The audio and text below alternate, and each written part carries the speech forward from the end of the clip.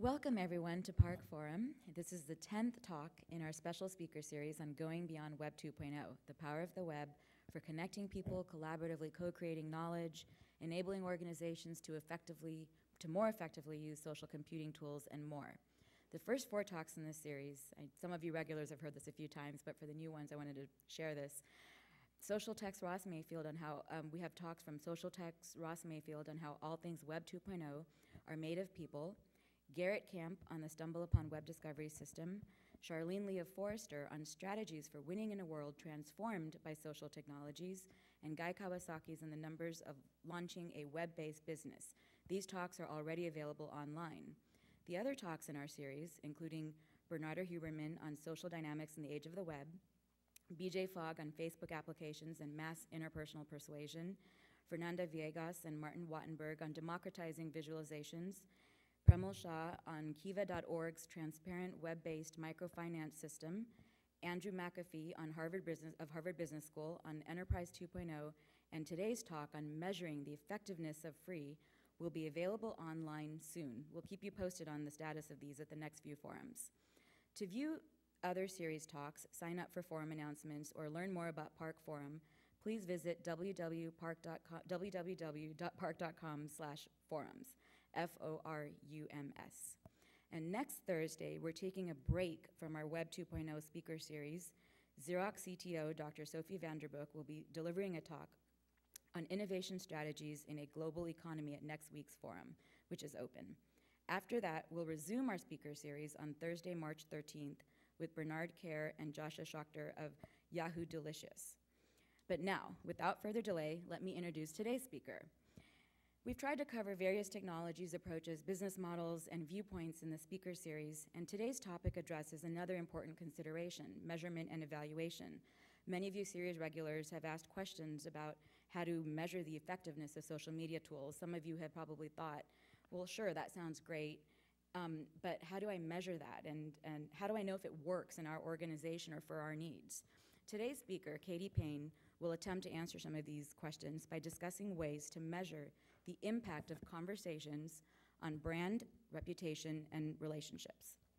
For the past 2 decades, Katie has been providing businesses with the tools and quantitative plus qualitative data to make better decisions.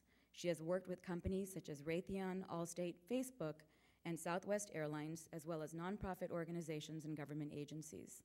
Katie is a publisher of the first blog and the first newsletters for marketing and communications professionals dedicated entirely to measurement and accountability. She also recently published a book on the data-driven communicator's guide to measuring public relationships. Prior to launching her current company, Katie was a founder and president of the Delahaye Group, which she sold to MediaLink in 1999.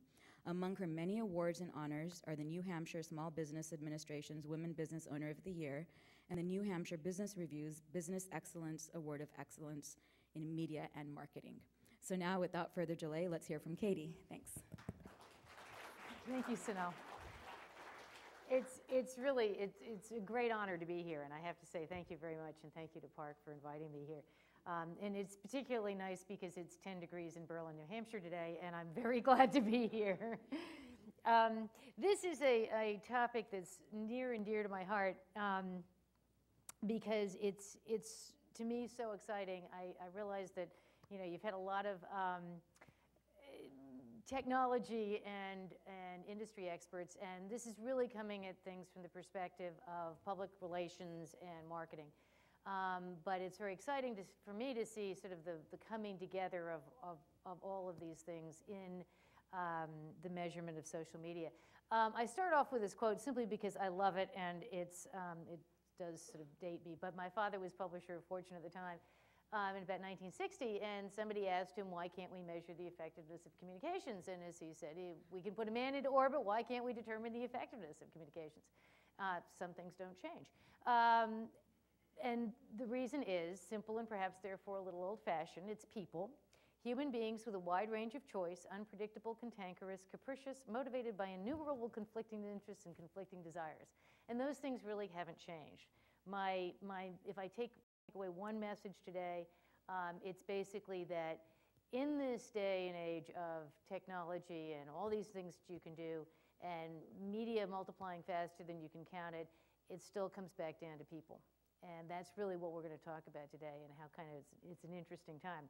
I like to start out with my 12 signs that this is really the end of the world as we know it, because things are changing so fast and so amazingly that it's sort of necessary to indicate just exactly how it is. First of all, how many people here are on Twitter? Couple? Yes, well, we know about you. So the first thing I did when I woke up this morning was to ask Charlene Lee and Guy Kawasaki on Twitter what to expect. So I do honestly spend more time on Twitter and Facebook and Flickr than I do on email, which is a significant change in my lifestyle. I don't know about yours. Gatekeepers. It used to be that public relations, the function of public relations was to keep the press at bay and control messages and be the gatekeeper. Marketing, communications, public relations, all those people, their job in life was to control the company messages. Forget about it. There are no such things as gatekeepers anymore, and there are no such things as deadlines anymore. I mean, you know, you can ask a journalist if there's a deadline, but frankly, he doesn't care. He's basically competing against 97,000 other bloggers out there who are going to get the story out before he is. So there are no longer things such as deadlines. Power of Twitter. A number of years ago, I went into Habitat for Humanity and asked them how they measured their success, and the direct mail people said, well, we know that for every $1 we put out there, we get, you know, $3.50 back in, you know, in donations. And that was sort of the way one measured marketing and public relations. A couple weeks ago, a woman named Susan Reynolds blogged about the fact that she had been diagnosed unexpectedly, we're all diagnosed unexpectedly, but anyway, diagnosed unexpectedly with breast cancer, had a radical mastectomy. Somebody in her recovery process gave her a bag of frozen peas because it was more comfortable than an ice pack. Now, having been there as a breast cancer survivor, it's true. I thought it was a little bit weird, but it is true. Anyway, she blogged about it and then Twittered about it. And her friend Connie Reese picked it up and suggested, there were all kinds of people said, oh, you know, give us your support. Connie Reese said, well, if you want to show your support, why don't you change your avatar in Twitter to something having to do with peas? Within hours, 900 people had changed their avatars to peas. Connie Reese then said, isn't this interesting? If we can get 900 people to spend, you know, somewhere between 5 minutes and an hour changing their avatars to something having to do with peas, maybe we can do something more meaningful. She decided to set up a fund called the Frozen Pea Friday Fund. Within 24 hours, they had raised $7,000. Cost $0. So that's why I say you can't divide by 0. If you can raise $7,000 by spending nothing but a little bit of time on Twitter, the rules of fundraising have changed. I tell people that it's easier to put my messages on M&Ms than it is to get into an A-list blogger. Used to be that if you crafted your messages really well and you put them into the press release and you leaked it to the press and, you know, leaked it to the right people, people would actually pick up your key messages. But as David Weinberg says, there is no market for your message. Nobody cares. There are 6,000 messages that you see every day. Why would you care about mine? Frankly, you have to make it incredibly meaningful to get through. So when people say to me, how do I get my messages out there? I say go to mnms.com and you can buy, you know, little M&Ms with your messages on them, and it's much easier and faster and cheaper. IBM did a podcast of literally something like this, right? One of their guys got up, gave a speech, somebody podcasted it. They estimate they may have spent $500 in production costs. They got more sales, not just leads, not downloads, not all the rest of that stuff, sales than they did from a $40,000 ad campaign. If I were an ad agency right now, I'd be dusting up my resume and finding another job, because I don't think that the old model of advertising agency is going to work anymore, because they can't compete with $500 podcasts that actually are more effective. How many people here watched the Yes We Can video, the Barack Obama one? Yeah, okay. $0 cost to the campaign. Compare that to the millions that Hillary Clinton spent on her largest town hall meeting in US history. 250,000 people watched that. 30 million have seen the YouTube video for Barack Obama. 0 versus a million, divide the numbers, it just doesn't make any sense anymore. So you can't measure the way things used to be. Another good Twitter story, another reason why if I were in the ad agency business, I'd be dusting up my resume and finding something else to do. Somebody said, you know, I think it was their cousin or their brother or their son or someone was starting a local version of Peapod, online delivery service. Got any good ideas out there, said somebody on Twitter. Within 24 hours, they had a list of 100 really good, smart marketing ideas. Who gave them the ideas? People like Guy Kawasaki and me and Shell Israel and all kinds of other social media and marketing experts. Now, in the olden days, you had a little startup. You'd call in, you know, some agency that would probably cost you somewhere between $20,000 and $50,000. If you were really lucky, you'd get 5 smart people in a room to brainstorm. And it would cost you somewhere between $20,000 and $50,000. In the meantime, I'm off there on Twitter saying, get me some good ideas, and within 24 hours, I've got some great ideas. So all the rules have changed. And interestingly enough, it's not just the little startups that are realizing this. Procter & Gamble had a moment of brilliance when they said, apparently what they did was they started asking their, oh, I know when it was. It was the Mr. Sharman thing. No, Mr. Pringles.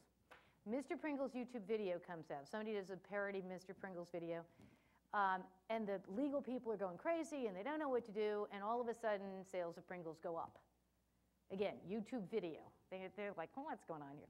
So they start thinking about this and they start realizing that you know, maybe there's something going on out there. They put together a panel of their customers. They asked their customers for ideas. So again, olden days, product manager comes in, says, we have new types of soap. You know, it's a new version of Dawn dish detergent or something. It cuts grease better and faster. And their, you know, marketing people go off and scratch their heads and say, how do I make that sexy? Instead, they put it out to their consumer panel. Their consumer panel looked at the packaging, looked at the whole thing, and went, well, that's really cool. I bet you that's so cool, I can get my teenage sons to help me do the dishes. What's going to sell more soap? Teenage sons helping do the dishes, or, you know, cleans grease better? So they've decided that they are now co-creating all of their marketing materials with their customers. This is Procter & Gamble. This is about as big an elephant as you can get, and they're co-creating it with their customers. Wikipedia, new research shows that people believe it. It's just as credible as the Encyclopedia Britannica, and a lot more people see it. The number of media outlets is growing faster than the American economy. Well, it's old data. It's really much faster than the American economy now. And people now spend more time consuming media than they do sleeping. I hate to say it, but I do too. And the thing is that it's amazing is the fact that I am now part of that generation that we are all talking. I mean, I shouldn't be doing this. I should be going to sleep. And instead, I watch the Academy Awards, the debates, the returns on the elections. I'm on Twitter. I'm reading the NPR blog. I'm listening to the NPR radio station, and I'm watching television. That's why this whole media thing is nuts, and you can't do it the way you used to. Google has replaced as a source the encyclopedia, the dictionary, and my short-term memory. It's the cure for Alzheimer's. Can't remember something?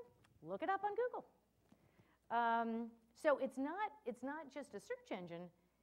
It really is part of everybody's life. So you have to think in terms of people are doing things so differently. And measurement is easy, and that's what we're going to talk about.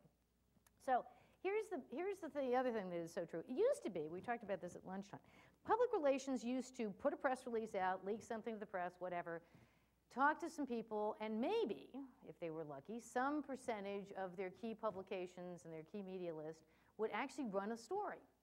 And if they were really lucky, some percentage of their customer base might actually read it, and some percentage might actually see the key message, and some even smaller percentage might actually buy the product.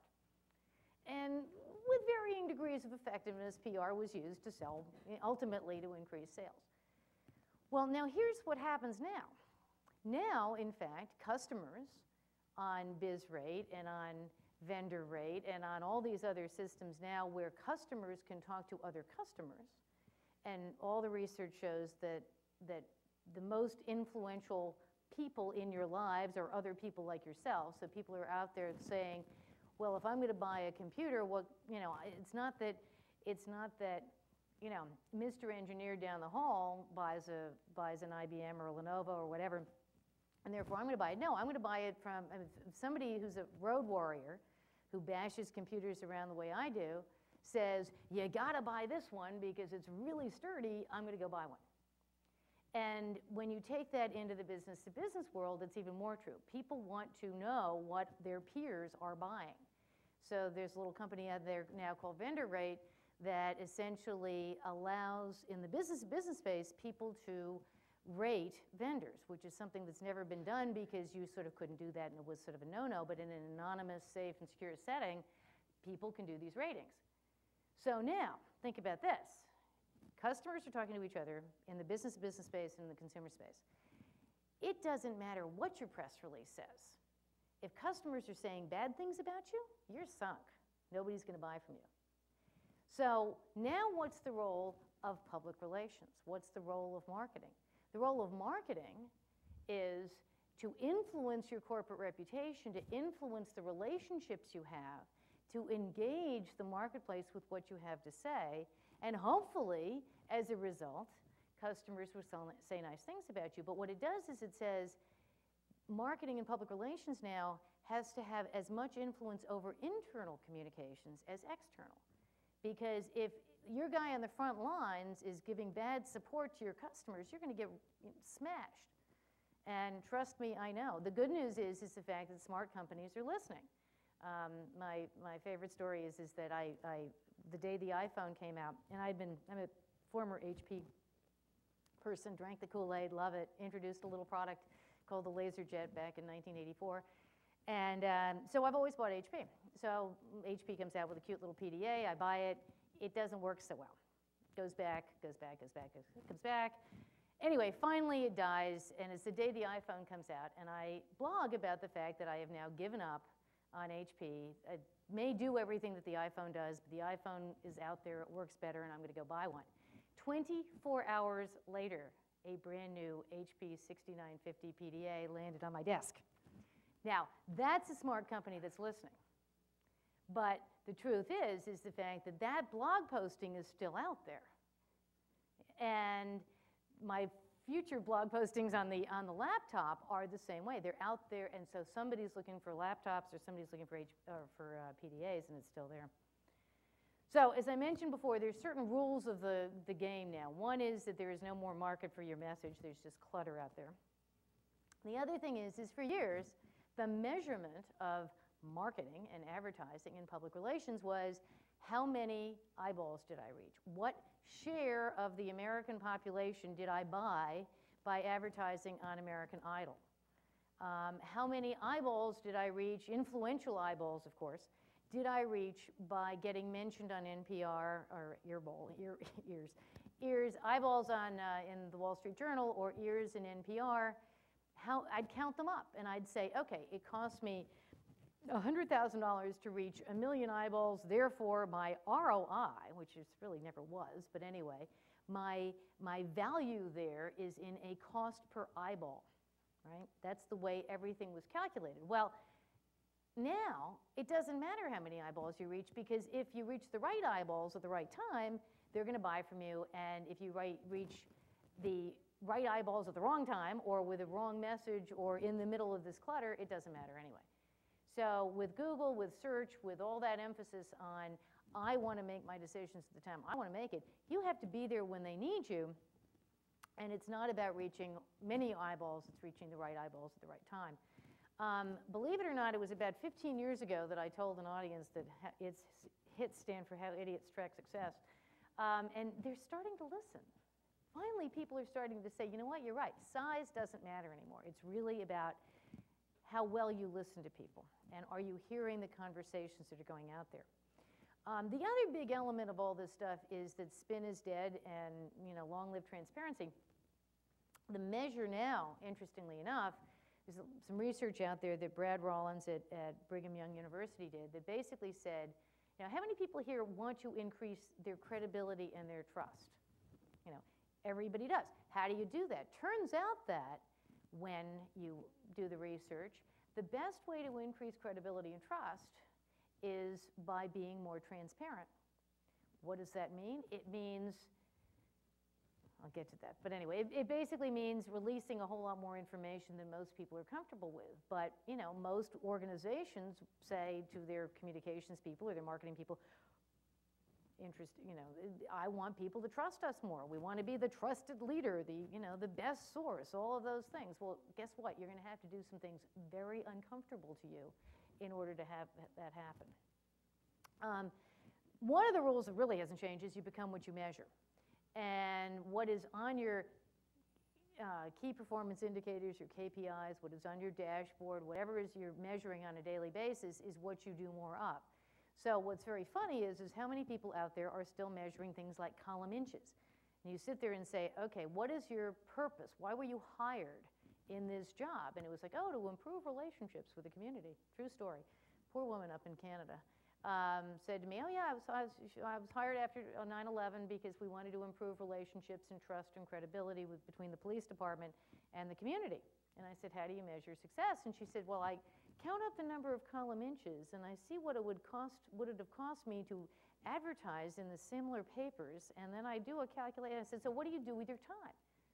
Well, I try and get more column inches. I said, how does that relate to improving relationships with your community? Well, it doesn't. I said, well, isn't that why you were hired? Dust up your resume. The customer is all that matters. The media is all going to change tomorrow. All that really matters is the target audience, is your customers. People say to me all the time, should I get into blogging?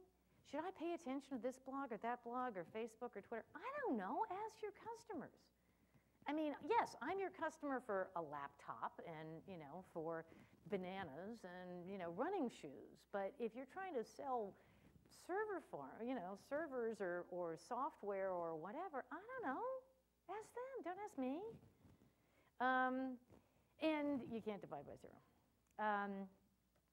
Why does it matter? It's because there's too many opportunities out there. Everybody I talk to these days is like swamped. They're way too busy. What am I going to do? How do I make choices? Well, about 10 years ago, somebody said to me, it's too overwhelming. I don't have time to measure this internet stuff. I said, fine, don't. But guess what? If your customers are there, if your customers are paying attention to the internet, are looking at their news online, then I think you should be there. But far be it for me to make just make good choices, right? Oh, I don't have time to do all of that stuff. Well, he no longer has a job. Essentially, you need the data to know where to spend your time. Everybody's got way too much stuff on their plate. So you definitely need some way of judging this. You need a way to argue it, get the budget from your chief financial officer. Your chief financial officer doesn't have to go in there and say, I need to justify, the cost of my accounting firm or my auditing firm. Well, communications shouldn't have to do that either because they're spending money just as everybody else is, but you need the data to do it right. What you don't know will hurt you, just ask Dell or anybody else out there that's going through that. Somebody said to me, oh, well, there's just so much stuff out there and it's so hard to convince my management to get into this social media stuff. I said, okay, let me get this straight. Social media is basically you having conversations with your customers and your customers having conversations with you. And you're telling me that your management is not interested in having a conversation with your customers? I'm not buying that. So either they need to be dusting up their resume and get out of there, or they're not thinking about this correctly. A blog and social media is not another version of a website. It's a conversation, and you should want to have conversations with your customers. You should want to listen to their customers. HP, actually, interestingly enough, we set up their original social media measurement program and very quickly realized that it was not a PR measurement program at all. It was a competitive intelligence gathering program. We learned what people liked and didn't like about Dell and IBM and Lenovo and all these companies. Fascinating. But it's one big focus group, and you learn what people like and what people are looking for. And chances are, if you're not doing it, your competition already is. The other thing is the fact that that's where journalists are. if you do care about the key journalists and the key influencers, bloggers fit that profile. They tell people what they think. People listen to them. There's a wonderful book called The Influencers out there, if you ever want something else to read, that was put together by Roper. And it basically profiles the type of people that tell the rest of us what to do, buy, what movies to go to, et cetera. And turns out that when you match up the characteristics of those influentials, matches very closely to the characteristics of bloggers. They vote more often, they go to more meetings, they talk to more people, they chair more committees. It's all this kind of engaged kind of person. And then the other real thing is 51% of journalists now say they read blogs regularly, they use blogs as a way of uncovering breaking news, and they use it to research and reference facts, which means that blogs are not this, you know, it's a jungle out there, yes, but they are the source of very credible. And now, interestingly enough, what I'm seeing on Twitter is that more and more journalists are going to Twitter for the news because it's on there first. So we knew way before it was public, somebody in Alaska twittered the fact that Obama had won Alaska. And in Iowa, actually, there was a very interesting thing that the people were all encouraged to come out of the caucuses and Twitter. So Twitter actually had the results of the Iowa caucuses hours before the regular mainstream media did. This is the other problem. Okay, this is what the average person might encounter in terms of media today. So they're on Twitter. They might go to a MySpace or a Facebook account. They're probably going to post some photos to Flickr. They're going to listen to something on iTunes. They're going to maybe download and listen to a podcast. You know, Skype and RSS feeds and blogs, and yet they're still going to go to their doctor's office or their hairdresser and pick up, you know, Women's Day or 17 or Harper's Bazaar. So the traditional print magazines is still doing okay. You still have NPR and all the rest of the radio stations. You've still got television having some influence, though declining. There's all kinds of stuff out there. You can't just add it all up and say, this is the measurement of my success. You have to go back and say, okay, what is the customer thinking? So there are 6 steps to any measurement program that I've ever done. And basically it's, you know, what are you trying to accomplish? Who are the audiences you're trying to reach, and what motivates them? And I say that because a lot of people don't stop to think, okay, what is the chain of command here? How does something go from the activities that you are doing in marketing and public relations, how does that relate to actually customer outcomes? And I use the example of Leahy Clinic in Boston, who basically did a bunch of research and said, you know, what makes people go to Leahy Clinic as opposed to Dana-Farber or Mass General or Stanford or someplace like that? Turns out that after their doctors and their family and friends, the third most influential piece of the puzzle is doctors being quoted on the specialty that a patient has. So if I have breast cancer and I read a whole bunch of quotes from Eric Weiner at Dana-Farber, when I need a second opinion, I'm going to go to Dana-Farber. But if I have heart disease, there's a guy at Leahy Clinic that is quoted all the time, I'm going to go to Leahy Clinic. So the PR and marketing people now know that it is their job to get their doctors out there in print more often so that they can make that connection. And I'll go through some examples of other things where you understand what motivates them, and then you can make that connection. Then you define the metrics, then you determine what you're comparing yourself to, then you pick a tool, and we'll get into some of those tools, and then finally you analyze results and take action and measure again. But the point is the fact there's lots of tools out there. That's the least important thing to look at is the tools. You've got to look at all these other things first. You need to look at outputs, the activities out there, because if you don't know what the activity is, you'll never be able to correlate it to the outcome. Outtakes are that interim piece. Did they understand your key messages? What did they take away? And then ultimately, what impact did you have on the bottom line, on ROI? You know, how did you actually change behavior? So there are basically 4 or 5 things that you need to be tracking here. One is the conversations. You know, as much as it seems overwhelming, and it is frequently. There's a lot of tools out there that help you do that. But basically, you do need to track these conversations. And you need to track the conversations not just in terms of am I getting good mentions and good discussions, but is the conversation contributing towards my goal? So in other words, is it saying the right things about me?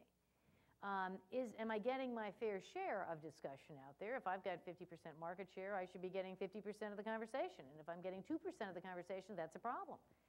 Am I getting my fair share relative to competition of my guys quoted or rants? Hopefully you're getting your fair share of raves and not your fair share of rants. And then you also have to decide what it is that you really want to pay attention to, because obviously there is an awful lot of direct out there that doesn't matter. So you need some way of weighting it. There's some really cool tools out there. One is Xenu Returns, gives you all kinds of rankings. BuzzLogic is a firm up in San Francisco that does a really good job of determining what's important out there. So you do need some way of determining. And the other thing is things like Facebook and MySpace, it's not the individual necessarily saying things about you, but if all of Facebook, if everybody on Facebook is sort of saying the same thing about you, you're not going to track the blog of one person, but you're going to track that as MySpace says. And what we find is that it is sort of a pack mentality, that you can actually track MySpace tonality. There's a lot more content sources out there. It used to be that you go to Bacon's or Burrell's and get your stuff. Well, now you get all these other things. You can survey people in SurveyMonkey. You can, get your freebie, tracking your RSS feeds and your Google alerts from Technorati and Sphere. So the good news is that there's a lot more stuff out there. It's also getting to be more and more free. I mean, and even ENR is a news service out there that I think is like $900 a month for the world. And if you compare that, if you get high volume stuff compared to the way it used to be, I mean, it's getting cheaper. That's the good news for content. Problem is that all this stuff comes in, and then what do you do with it? A lot of conversation about automated versus manual. Computers are great at classifying certain things, at pulling out certain pieces of data. They are not particularly good at determining. Somebody here, I'm sure, will figure it out soon. But right now, I have yet to see a computer that does a good job telling the difference between sarcasm and irony.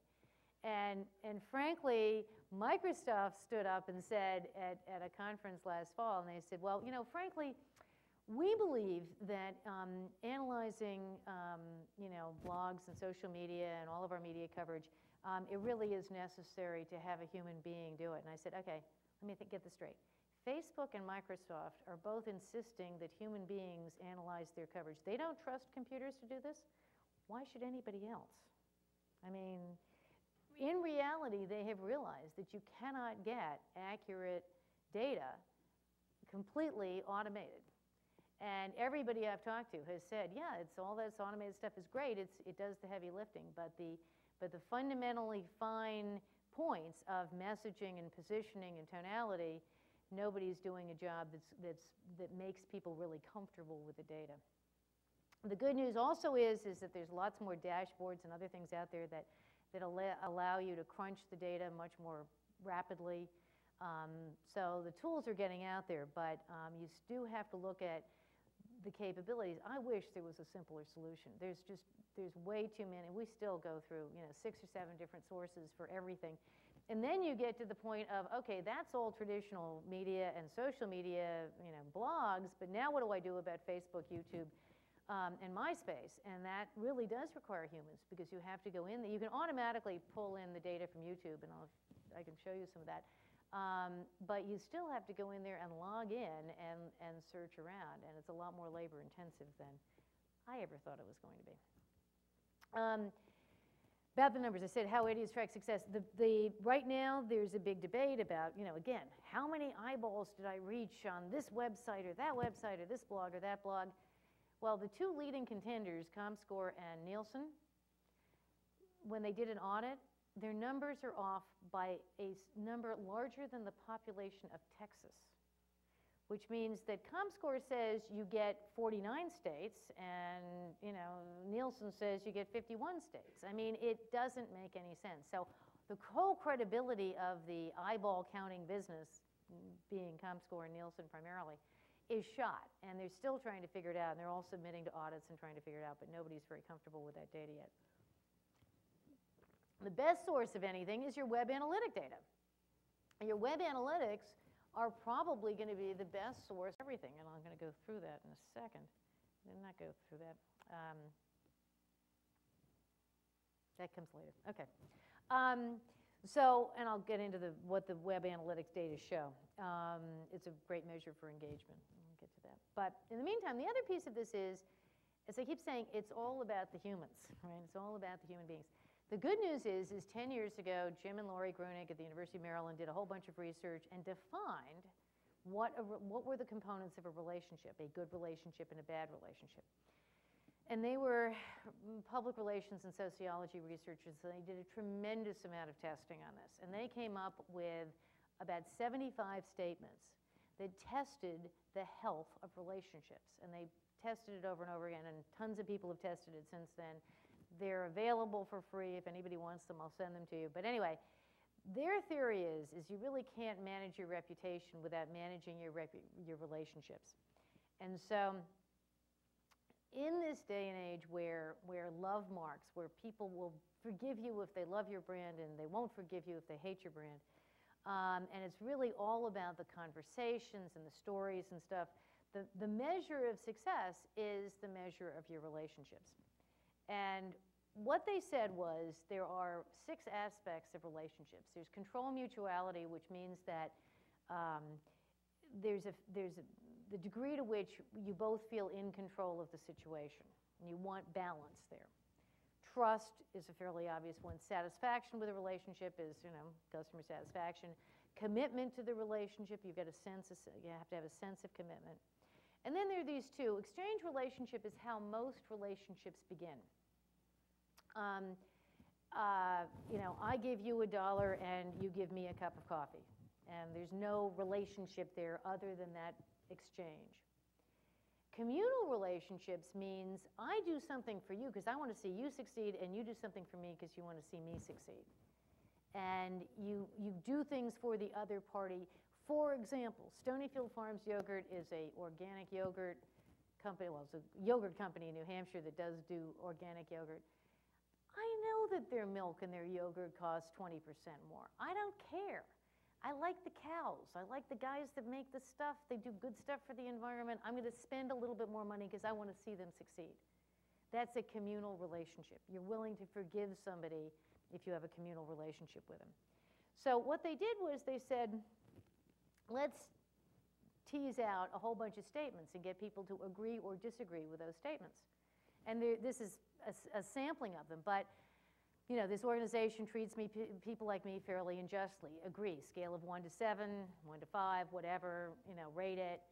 And then you throw in something like, in dealing with people like me, this organization has a tendency to throw its weight around. So you do the reverse, and there's an equal balance of reverse negatives and positives in this list. And you don't have to use them all. But the point is the fact that if you ask people questions like this, and it's not, how is your relationship with this company? It is this that's going to give you the answers. And you're going to come away with a sense of where your relationship is now, where your strengths and weaknesses are, and how to improve it. And yeah, it's not, you can do it almost for free. You can do this on SurveyMonkey, and you can download the questions for free. If you do them by telephone or by mail, it's going to cost you a little bit more money. But what's the value of a good relationship? In a community, the value of a relationship is I'm not going to have to spend as much time on legal fees fighting my community to expand my building or get my building permits. With your customers, if I have good relationships with my customers or my membership, they're not going to say bad things about me on vendor rate or Amazon. If I have good relationships with my employees, they're going to basically be more likely to stay, lower turnover rate, more likely to refer other people to the organization. So there's ways to translate that stuff to the bottom line. but you've got to measure the relationships as part of it. Transparency, I mentioned transparency. So how do you measure transparency? You look at what you're saying. It's the coolest thing about measuring transparency is it's there. I can look at your website and tell you whether you're transparent or not. Because the first thing is, are you just telling me the stuff that you want to tell me? You know, let me tell you how wonderful I am in terms of corporate social responsibility. But then I don't reveal any financial data. Or I don't disclose any bad news at all. Well, that's not being transparent. That's being blatantly, you know, manipulating the situation rather than saying, okay, I have to reveal certain things because of Sarbanes-Oxley. I want to say certain things because they make me look good. But what about those things I really don't want to reveal? Well, those are the things that build trust and credibility. If you appear vulnerable and you appear to be honest and truthful, people believe in you. Look at the John McCain's, you know, what's it called, this Express. That's the reason why John McCain came back from the dead. I mean, in New Hampshire, we kept saying, you know, he's got this reputation of being the straight talker, and New Hampshire has a reputation of having the best BS detector in the world. I mean, that's why you invite them into your living rooms and grill them like crazy. We are the BS detector experts, and we basically looked at John McCain and said, he's not BS. The leading papers in the state basically said, looked at Romney and said, he's full of it. And they said so in print, and they literally said, both the two leading papers in the state basically said, anybody but Romney, because they did not believe him. Okay, that's the difference between, that's what transparency buys you. You have to allow for opposing views. You have to provide sources for statements or facts. How easy is the information to access? If you put stuff up there, but you make it very hard to find, that's not being transparent. And more importantly, do you allow feedback? Do you have people saying things? So measuring engagement is your next step, and I'm not going to spend a lot of time on this, but because this is a whole area that is very much under development. But engagement index, involvement, interaction, intimacy, and influence is the Forrester version of this. Eric Peterson says you can determine engagement by your website. I don't know quite what the answer is yet. What I do know is that when people download stuff on YouTube, that's a sign of engagement. But when they rate stuff, that means they're really engaged. And when they pass it along, they're much more engaged. And I look at it, it's like lawn signs, right? If there's a theory in politics that if you can get somebody to put a sign on their lawn for your candidate, A, they'll vote for them. B, they'll tell their friends to vote for them. It's not about the sign, it's about the physical act of sticking the sign in the snow. Well, in New Hampshire it's snow, but out here it'd be something else. But, you know, I started to think about, you know, we only put the things in the snow. So it's how do you get people to do things, right? So Eric Peterson's theory is if you track via your website the number of sessions that are greater than 5 minutes, what sessions represent more than 5 page views, all of these repeat things, it's a sign of engagement. And he will tell you that he can actually predict who's going to buy based on this data. Now, ultimately, you still got to measure what difference did it make. Well, guess what? With web analytics and with the tools today, it's much easier to tie all this stuff together and say, yes, in fact, behavior did change. And I'm just going to so this is the YouTube. We analyzed all the YouTube coverage of the candidates in New Hampshire. And what we were hoping to show was the fact that YouTube was an indicator, engagement in YouTube was an indicator of voting patterns. Well, not exactly.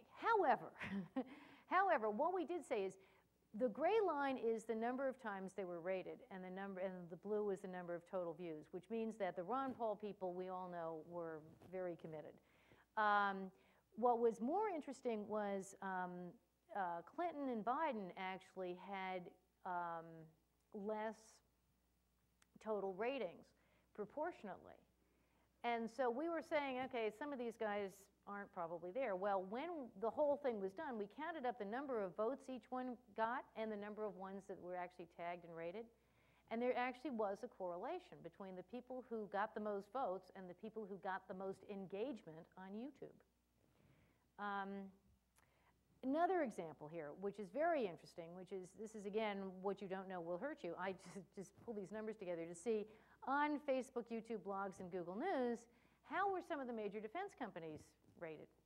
Well, all of these people, if you go to any of these defense companies, they're going to go, social media, no, we don't want to talk about this. We can't be public. This is like too scary.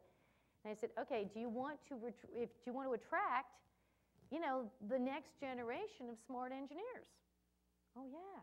I said, well, maybe you should pay attention to this. So guess who's doing a really good job? Lockheed is out there big time on YouTube. Lockheed is out there big time on everything.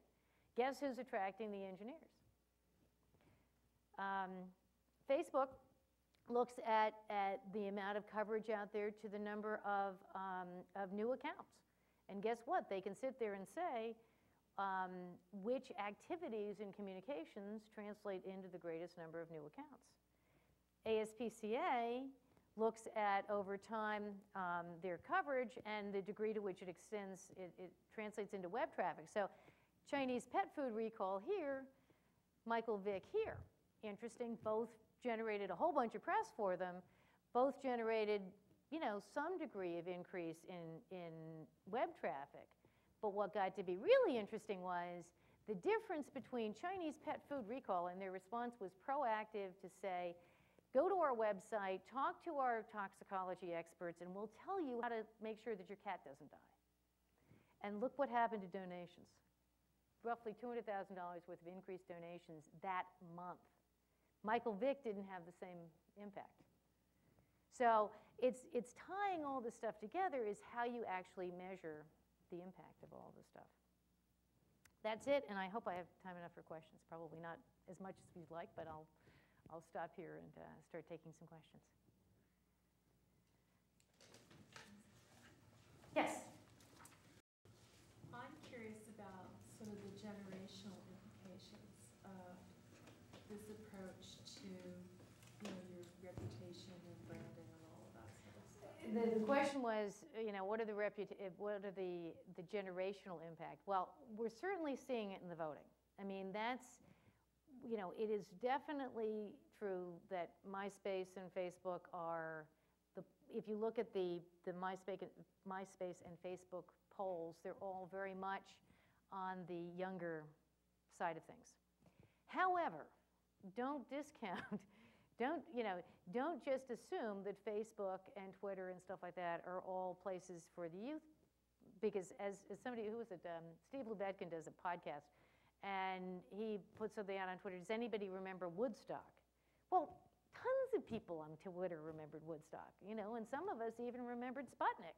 And we all talked about that. So it's not that generational, it's more access to technology and comfort with technology. My daughter, who is in college, she's a junior in college, and one of her friends' mothers opened up a Facebook site.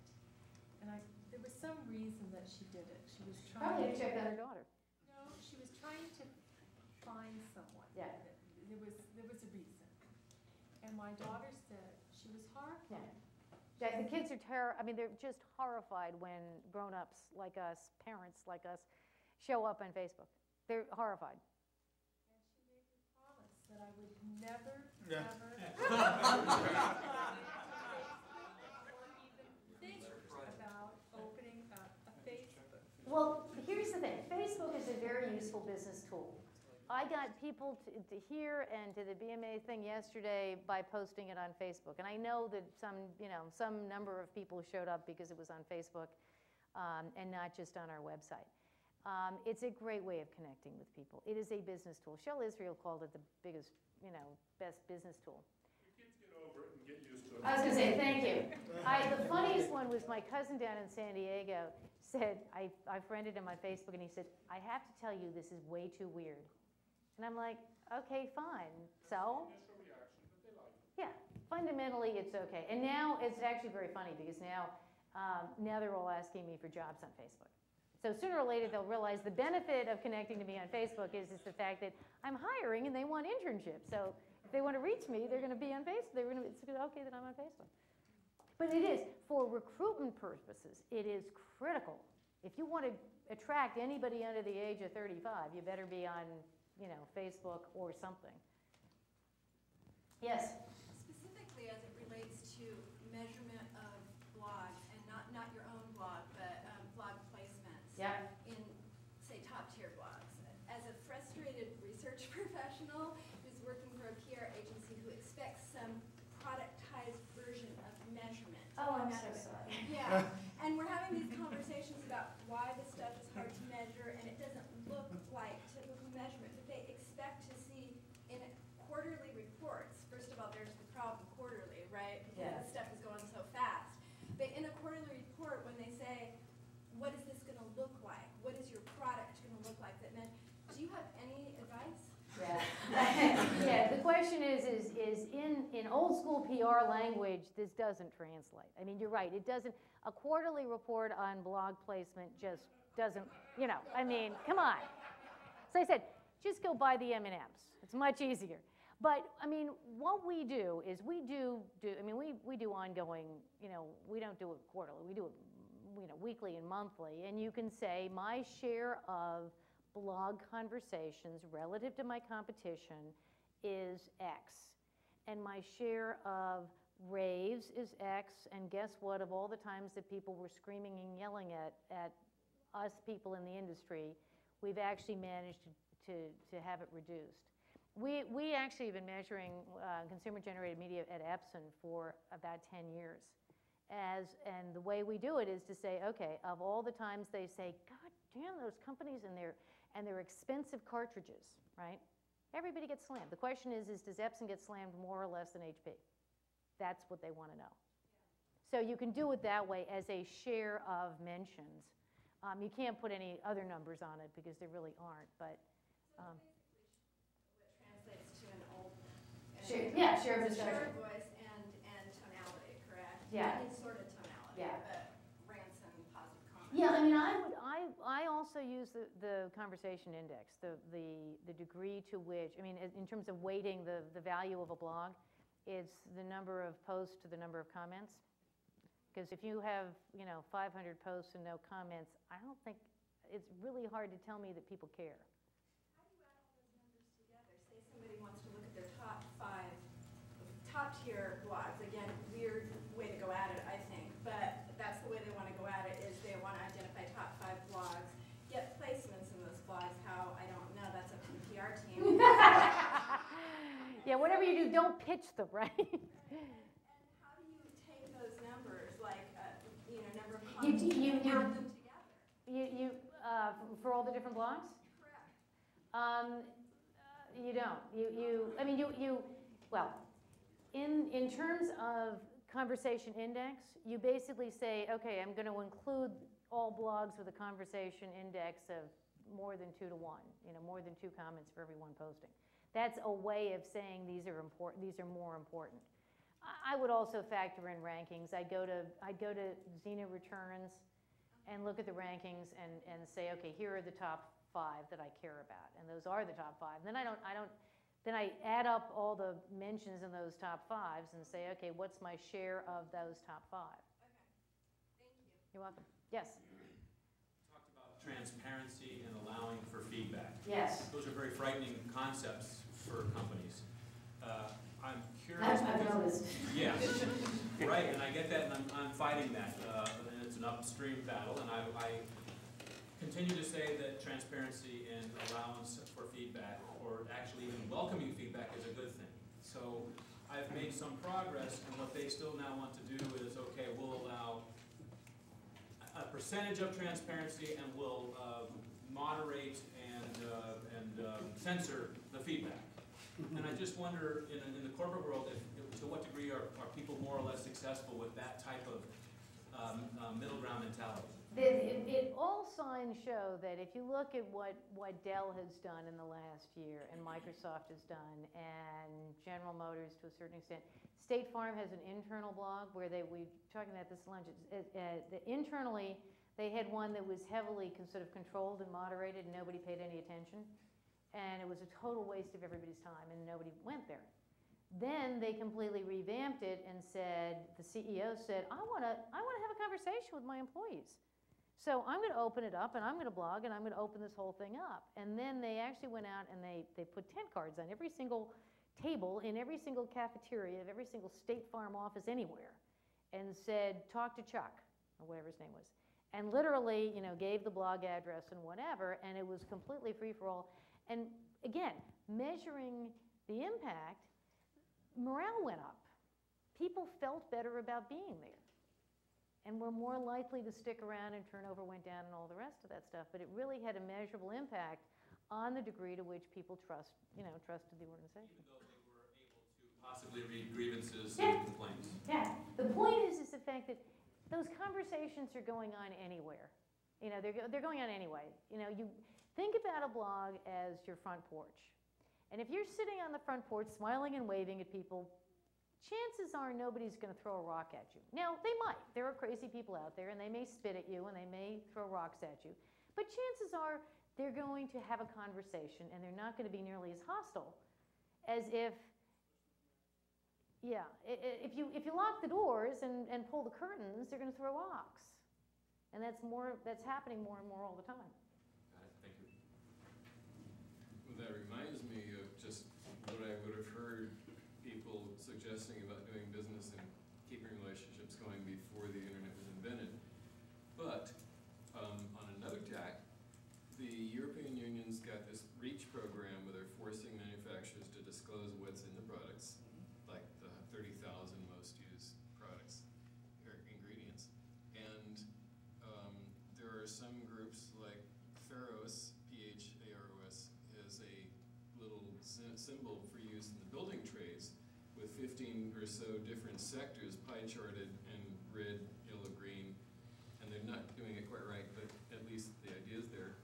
So I'm thinking if you take the REACH program plus what Walmart's doing plus a gazillion college students going out and mining for the information that's not being provided, this handles the problem of companies not wanting to show what's going on. And then you put these little barcodes on the shelf, the little pie charts on the shelf at Whole Foods, and in other places you simply have another database where you can scan the barcode and get all the information plus the pie chart for everything. Then I would think that would, what I've been saying for about 4 years now, is that would drive stocks, because you get close to the break-even point or farther from the break-even point, you got to leverage over the stock market that way. And if people say, if you have a place where people say, okay, we're responding and we're going to stop using this, then the prices, the stocks are going to totally tank or go into the stratosphere. Yeah, to a certain extent, one is that answers your question, which is the fact that other companies are going to be more transparent, and therefore people are going to trust them more, and therefore you can be all closed and, somebody's just going to go someplace else. There's too many other choices. How far away are we from the spectacular success that makes everything you're advocating obvious? I think the problem is we're probably not that far away from relatively complete transparency. I mean, the ability now to find out just about anything, we're probably, 5 years away from ultimate transparency, whether you like it or not. I mean, I think that's sort of happening anywhere. In terms of the sort of silver bullet of having all this stuff happen, I think we're a decade away, because what is astounding to me, I'm standing here in Silicon Valley, and, there are PR firms still trying to do things the old way. Well, go between the coasts, go north, and nobody has a clue. And what's going to happen is the opportunity is huge. The opportunity for small, fast-moving PR firms to come along and do things differently, or technologies to come along like vendor rate and blow things apart. And some company is going to be sitting there saying, well, I don't want to invest in customer satisfaction and customer support because I can't afford it. And they're going to get trashed on vendor rate, and they're not going to know, but their stock's going to go down, and their sales are going to go down, and the next thing you know, they're going to be out of business. I think there's huge disruption about to happen. And I think the scary thing to me, and I come from northern New Hampshire, which is a terribly depressed part of the world, where unemployment is 10%, and but you can still buy a house for $50,000. So that's the kind of thing that is really going to make a difference. The availability of technology, I think, is going to be a big factor in that. But I just want to say one thing about the stock price thing. The problem with stock price information is it's way open to manipulation. And I literally, this happened to me yesterday. Somebody sent me an email that from what I thought was an Investors Hub posting, and I thought it was a legitimate posting. I had no way of knowing that it wasn't. Now the people that allegedly did it say it wasn't them. But in fact, that could have had huge implications on their stock price. William McDonough's first thing they did the film on, where the Swiss textile company, where there was a total industry-wide stonewall against divulging the information until Tyco had some other product that they were able to boycott and force them to disclose, and then that tipped things over. The ultimate result, though, is out of 2,000 dyes, only 15 were proven environmentally acceptable. And those 15 dyes, in combination, make all colors. Therefore, there's 1,985 dyes that don't need to exist at all. The businesses don't need to exist at all. The people don't need to learn how to take care of those dyes. Just get rid of those entire industry and only use the 15 dyes. And when you do that, you create the opportunity for massive sustainability in our entire global economy. And the reason I brought that up is I'm looking for how can we tip this, how can we trigger this kind of response on a wholesale way across everything. And I think the way is to organize data on the web according to ecologies and according to cultures and according to where the problems are, so people can drill in very rapidly to what they need in order to actually make the decisions to turn the society around fast. Yeah, I mean, clearly that if they have the information available, they act on it. Ray, you had a question. I just sort of want to say. I think if you look at the way that companies used to be, it was from the top down previously, where you had the CEO, the board, the employees, and at the very bottom was the customers.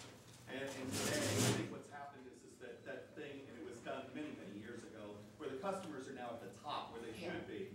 And really at the very bottom, it's the CEO, the board, and the people who are running the company. Because if the customer isn't king at the end of the day, there is no business. Yeah. Well, Yes. no. Oh, okay. We're going to close forum, but you can come up for the next about 10, 15 minutes or so and ask any questions. Okay. Would you happen to know of any organizations or companies that are using this as a means to go forward in their innovation in a serious kind of way?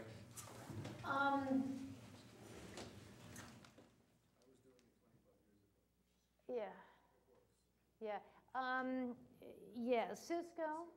I think Sun is Cisco and Sun, and probably Dell now. I haven't really dug into the whole Dell thing, but there's a Warner Shell Israel did a very good interview with Michael Dell about that's at least their intent. I think Microsoft has done.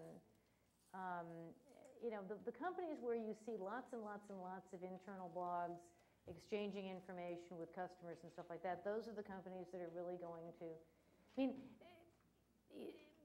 but little companies, PR agents in my firm, I sit there and say, what do you think about measuring engagement? And I get tapped into 300 smart people and they tell me.